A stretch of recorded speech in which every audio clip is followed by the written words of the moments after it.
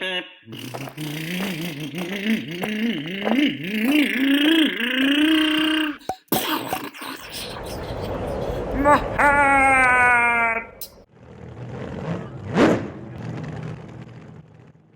so at some point I'm going to make a comparison with different engines, but this is a Traxxas TRX 3.3 Nitro, so this is what you would find on the 3.3 vehicles, such as the Slayer Pro, Revo 3.3, and the T-Maxx 3.3.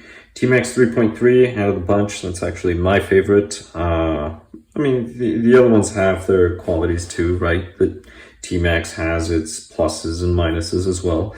But this is a 0.28, so this is an SH engine. As you can see, this thing is massive. Now, can you put one of these? Of course you can.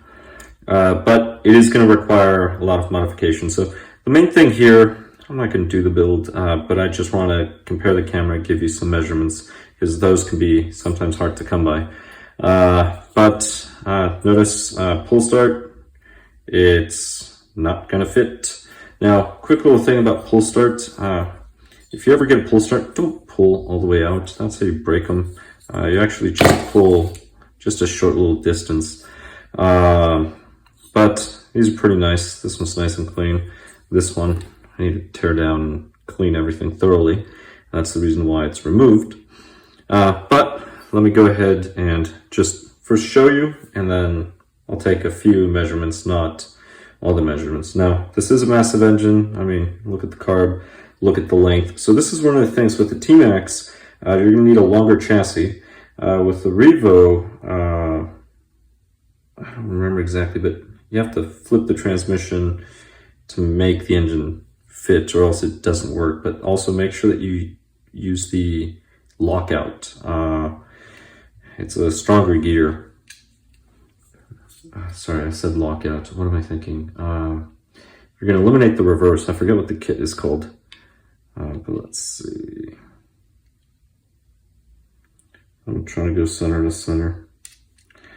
All right, so it's about 21 millimeters. 21 millimeters, that's if I did this correctly. I should use these. That's about 21. Let's see. 20.5, 21. I'm going to say it's 21. So it's about 21 millimeters from center to center versus this. Well, you can obviously see the difference. This one,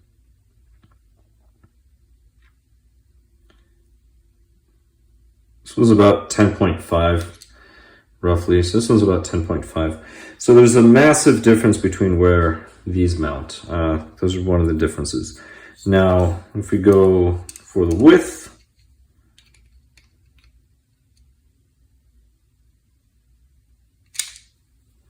$37.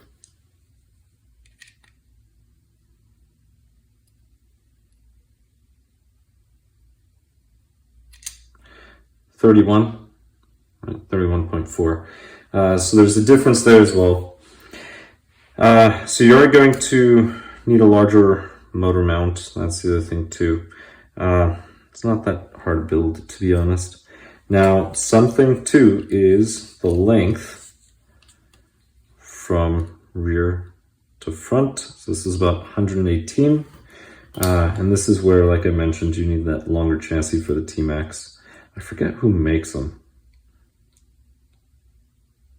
96. Now, if you're familiar with any of the parts, because to be honest, I'm not, right now I've got some other projects going on, but if you have parts lists, things like that, do help out people that might be interested in overpowering their vehicle. Now, let's see, so we have that. Let's see, what's the overall? I'm just going to take the width on the outside here. All right, so that's 43, almost 44, we can call it 44.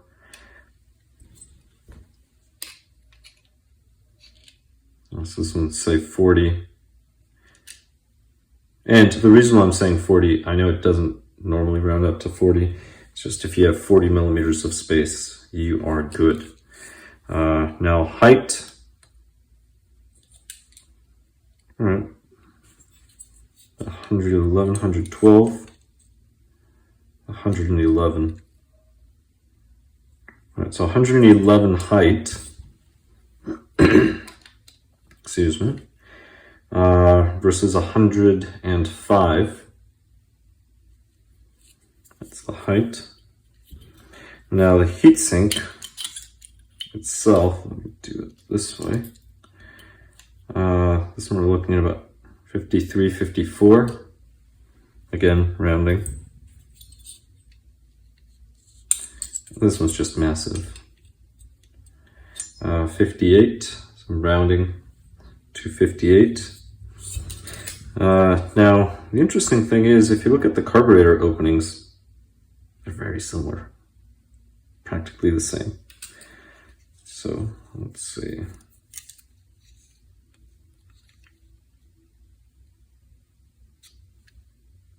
It's about just over 7.3. Again, rounding.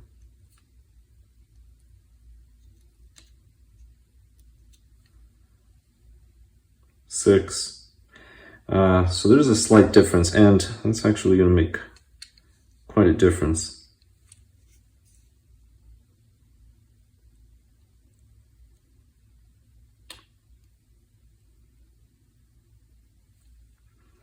It's about 13. It's the top.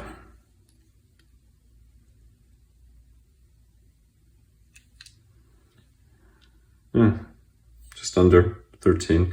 Now, one of the differences is this is cast.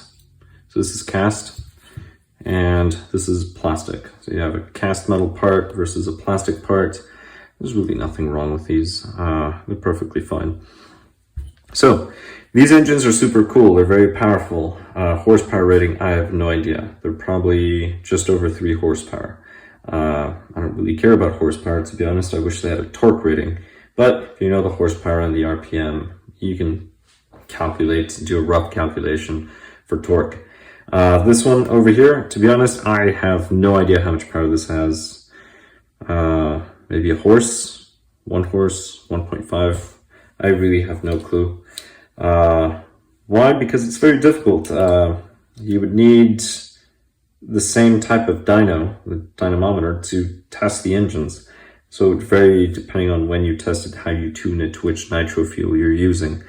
That's the problem with ratings on these engines. It's a little different than, say, a production car, where you can use the same type of fuel rating and same type of dyno and figure it out. And nowadays they calibrate themselves. The exhaust port, you're going to need another exhaust. So you're going to need another exhaust manifold, a tune pipe for an engine like this. Now these engines are actually pretty simple to tune. They hold their tune well. But again, this is something if you want to really overpower. If you don't want to overpower and you just want something nice that fits, that just bolts on, the best way to go is probably just getting an OS. If you get the OS 0.21, it's very similar in size, and that's probably the best engine you can go with. That's just easy to work with. There's some other 21s that you could use. This engine, this is a 3.3, so a 3.3 is about a 0.20. So cubic centimeters versus cubic inches. So if you use inches, maybe you're a carpenter, it comes out to about 0.20 versus the 0.21.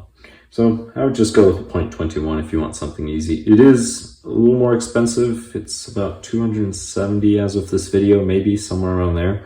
I could be wrong. This one is dirt cheap. This is about $130 as of this video. What's going to be expensive with this one, to be honest, is manifold and the other modifications that you have to do to it. So again, if you're up for it, get one of these engines. Again, T-Maxx, you're going to need the longer chassis, you're going to need the exhaust, but I think it'll be worth it. You can use the same air cleaner. Revo, gotta flip that transmission. Well, first you have to buy the kit and get rid of the reverse. and then flip it over. The only thing is, keep in mind with something this big, one, you're adding a lot of power. Two, you're probably going to break something because those plastic transmissions aren't really made for something with this power. It's just fun to do maybe once or twice and just say that you did it. But when it comes to longevity, buy something that's meant for this, like a kit, and then build it and use it. If not, just stick with, like I said, this one or the OS or something similar in the .21s. SH makes some really nice 21 engines as well. Well, let's see, what else can I add? Yeah, this one, you're definitely going to break something. Just stick with something like this, then your truck's going to last a really long time. Or, I almost want to say, if you're going to go into all the modifications, if you're willing to go into all that trouble, might as well buy a kit. Kit's probably going to last a little longer. It'll be nice to build, and this will fit easier without modification, so keep that in mind. Again, I hope this is useful, or at least entertaining at some point. Maybe if I wasn't so monotone. I think I'm monotone. Anyway, thank you very much for watching. I'll catch you in the next one.